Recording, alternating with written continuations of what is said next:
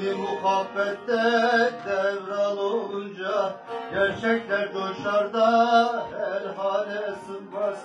Aşık olan birbirini bulunca kündü kenzi tutar dünyaya sığmaz.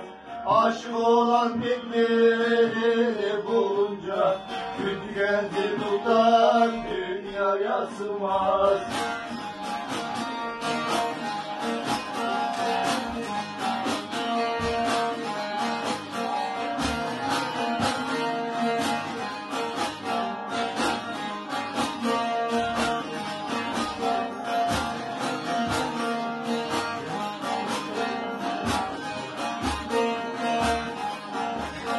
Şah gelir, şah görür gider, şah sultan oluruz, şah kulluk yeter. Ehli beyt kendi katarın güder, dolanır dünyayı her cana sığmaz.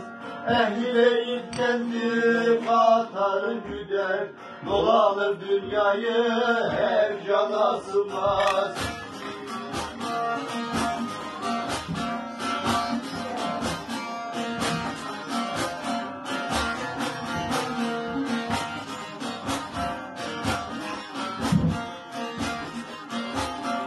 Kuşuk ruhanın hali böyledir, aşık olursa devlet öyledir.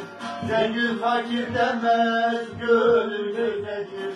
Dereye sığar da her hana sığmaz. Zengin fakir demez, gönül gözetir. Dereye sığar da